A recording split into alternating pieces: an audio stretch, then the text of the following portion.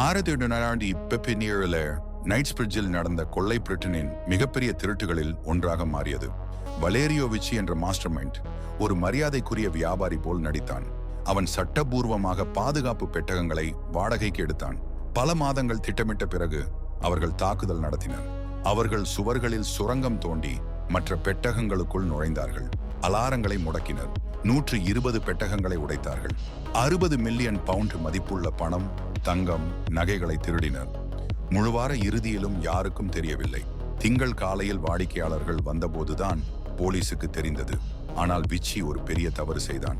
அவன் மறந்துவிட்ட துப்பாக்கியை எடுக்க திரும்பி வந்தான். போலீஸ் பொறி வைத்து காத்திருந்தது.